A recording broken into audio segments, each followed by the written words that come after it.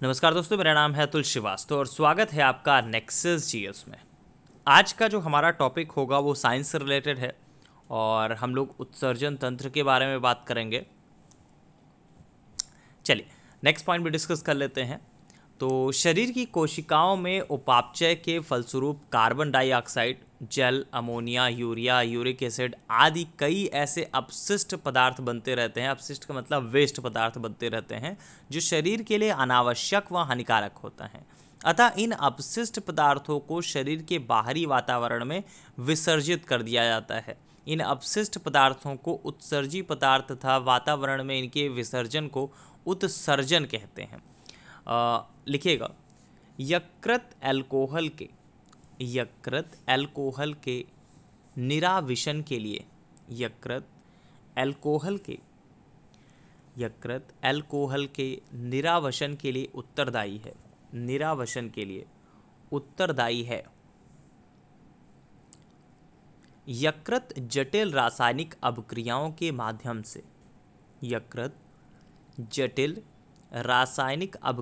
के माध्यम से हानिकारक तत्वों का निराविशन करता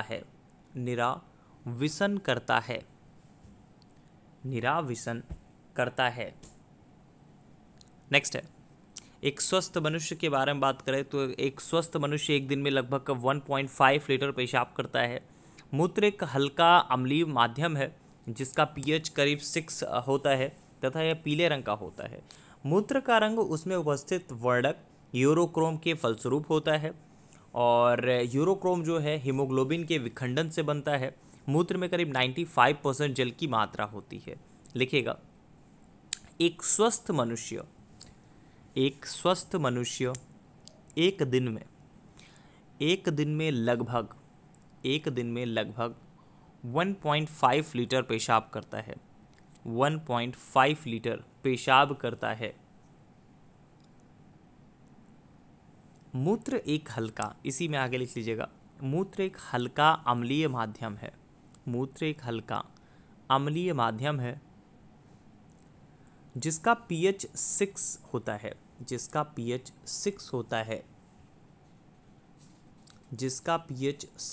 है। नेक्स्ट है, डायलिसिस के बारे में बात करें। डायलिसिस होता क्या है, इसको हिंदी में अपोहन बोला जाता है। तो अपोहन क्रिया वृक्क से रिलेटेड है जो कि कृत्रिम वृक्क के रूप में कार्य करता है और इसका उपयोग उस समय किया जाता है जबकि दोनों वृक्क अपना कार्य करना बंद कर देते हैं। डायलिसिस क्रिया के अंतर्गत घुलनशील पदार्थ का अर्धपारगम्य झिल्ली द्वारा आर पार होना विसरण सिद्धांत के अनुसार कार्य करता है। इसमें रुधिर अर्धपारगम्य झिल्ली द्वारा एक तरफ से प्रवाहित होता है तथा डायलिसिस घोल विपरीत दिशा में प्रवाहित होता है। लिखिएगा, डायलिसिस वृक्क से संबंधित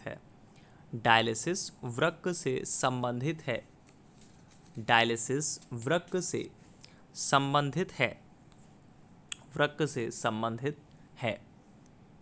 यूरिया के बारे में बात करें तो यूरिया जो है अति सूक्ष्म निस्यंदन क्रिया द्वारा रुधिर से गुर्दे मतलब किडनी द्वारा पृथक कर दिया जाता है। क्योंकि यूरिया जो है एक उत्सर्जी पदार्थ है जिसका शरीर से बाहर निकलना बहुत इम्पॉर्टेंट होता है और इस प्रकार यूरिया मूत्र के माध्यम से शरीर से बाहर निकल जाता है। लिखिएगा, यूरिया गुर्दा मतलब किडनी के द्वारा गुर्दा या किडनी के द्वारा रक्त से पृथक किया जाता है। नेक्स्ट है, एक वर्ड आता है एक्सक्रीशन। तो मानव में गुर्दे या किडनी उत्सर्जन तंत्र के प्रमुख अंग है और रुधिर को छानकर इनमें से अनावश्यक और अपशिष्ट पदार्थों को हटाना गुर्दे का मूल कार्य होता है। वही मतलब हुआ जो अभी आपको लिखाया। देखिए, एक चीज़ के जो आपका एक डेफिनेशन लिखाई जाएगी, एक लाइन लिखाई जाएगी, तो उससे कई प्रकार के क्वेश्चन पूछे जाते हैं और लाइन ही आपको इस प्रकार से लिखाई जाती है कि वो आपसे 2 से 3 4 क्वेश्चन अगर पूछे जाए तो उसी लाइन से एडजस्ट हो जाए। तो इम्पॉर्टेंट ये है कि जो भी लाइन आप लिखते हैं वो आपको समझ में आनी चाहिए, ठीक है, एक सिंपल सी भाषा में हो जो बहुत आसानी से समझ में आए, याद हो जाए। ठीक, पढ़ना और याद होना दोनों में बहुत बड़ा अंतर होता है। पढ़ तो हम लोग बहुत सारी चीज़ें रहे हैं, बहुत सारी चीज़ें हम लोग पढ़ते हैं, डेली न्यूज़पेपर पढ़ते होंगे और बहुत सारी चीज़ें पढ़ते होंगे, लेकिन हमें याद क्या चीज़ें रहती हैं? याद हमें वो चीज़ें हैं जो हम रेगुलर बेसिस पे पढ़ रहे हैं। ये जानिए कि जैसे हम लोग जो चीज़ें लगातार पढ़ रहे हैं, नेक्स्ट ईयर स्पेशल बहुत सारी ऐसी चीज़ें हैं जो रेगुलर बेसिस पे आप पढ़ रहे हैं, तो वो आपके दिमाग में सेव हो गई हैं और वो तब तक सेव रहेंगी जब तक आप उसको लगातार रिवाइज करते रहोगे, रिकॉल करते रहोगे। चलिए नेक्स्ट पॉइंट में लिखिएगा, अपोहक के बारे में बात करें तो जब वृक्क जो है किन्हीं कारणोंवश क्षतिग्रस्त हो जाता है तथा रुधिर को साफ नहीं कर पाता है, तो ऐसी स्थिति में रुधिर को साफ करने हेतु अर्थात इसमें से उत्सर्जी पदार्थ अलग करने के लिए अपोहक का प्रयोग किया जाता है, तो जो कि कृत्रिम वृक्क के रूप में कार्य करता है। आप इस तरह से इस चीज़ को लिख सकते हैं, अपोहक ऐसे लिखिएगा, जब वृक्क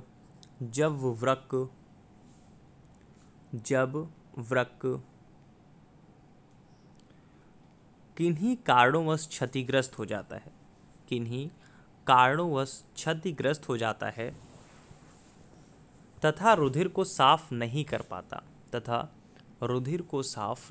पाता, तो ऐसी स्थिति में रुधिर को साफ करने हेतु अर्थात इसमें से उत्सर्जी पदार्थ अलग करने के लिए अपोहक का प्रयोग किया जाता है, जो कि कृत्रिम वृक्क मतलब आर्टिफिशियल किडनी के रूप में कार्य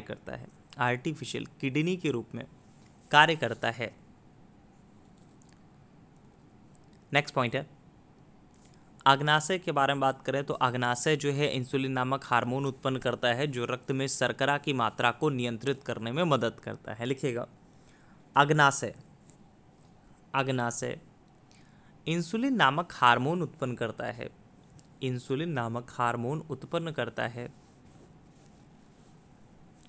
जो रक्त में शर्करा की मात्रा को नियंत्रित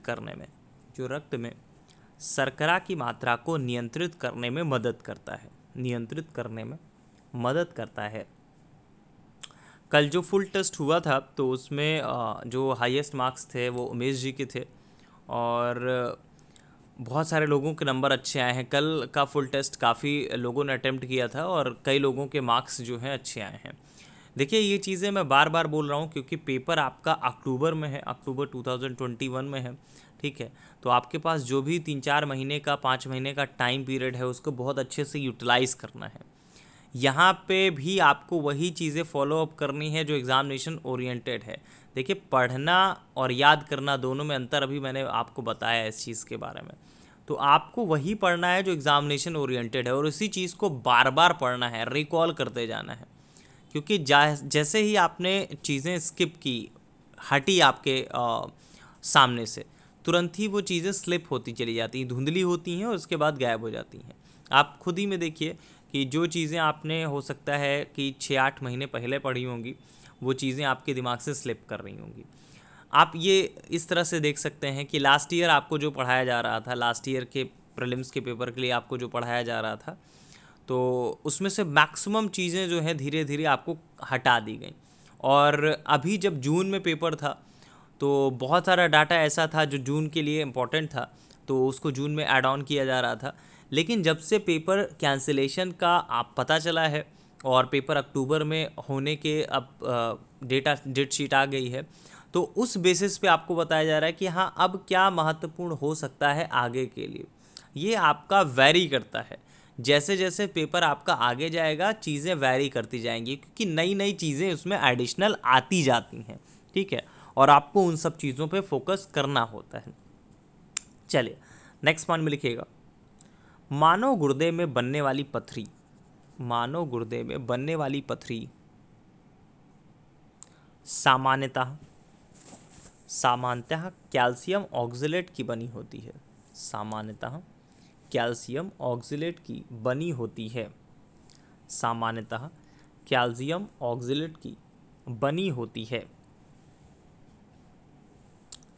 तो ये था आपका साइंस का एक पोर्शन, जो कि बोल सकते हैं कि उत्सर्जन तंत्र इसका टॉपिक का नाम है। इससे जितने भी क्वेश्चन पूछे जा सकते थे वो आपको करा दिए गए हैं।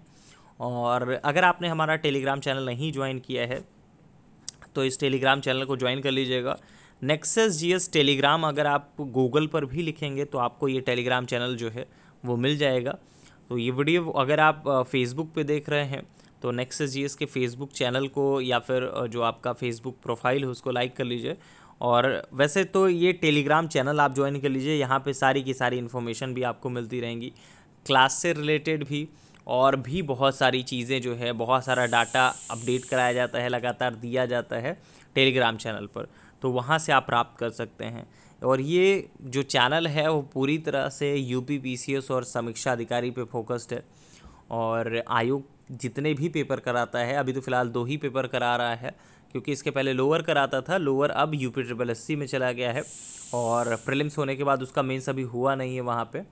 लेकिन जो हमारा कार्य है वो इस तरह से है कि हम लोग सिर्फ समीक्षा अधिकारी और यूपी पीसीएस पे फोकस कराते हैं, और यही बेस पॉइंट है। और इसी वजह से मैक्सिमम जो रिज़ल्ट आते हैं हमारे यूपी कमीशन से ही आते हैं, चाहे 2018 में अखिलेश मणि त्रिपाठी साहब का सिलेक्शन हो, चाहे वो आपका सचिन यादव जी का सिलेक्शन हो, 2020 में रैंक 14 SDM इनको मिला है, ठीक है, चाहे वो संभव जैन जी का हो, 2019 में नायब तहसीलदार के पद पर चयनित हुए।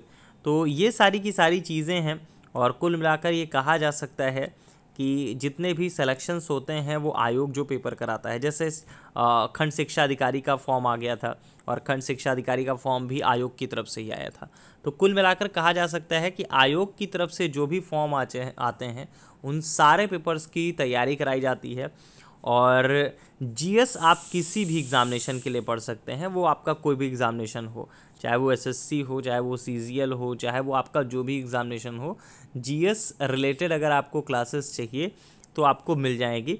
और ये टोटली पेड क्लासेस हैं, और जो भी फ्री की चीज़ें हैं वो इस टेलीग्राम चैनल पर डाल दी जाती हैं, और बहुत सारी चीज़ें जो हैं वो इस टेलीग्राम चैनल पर डाली जाती हैं, तो वहाँ से आप इसको प्राप्त कर सकते हैं।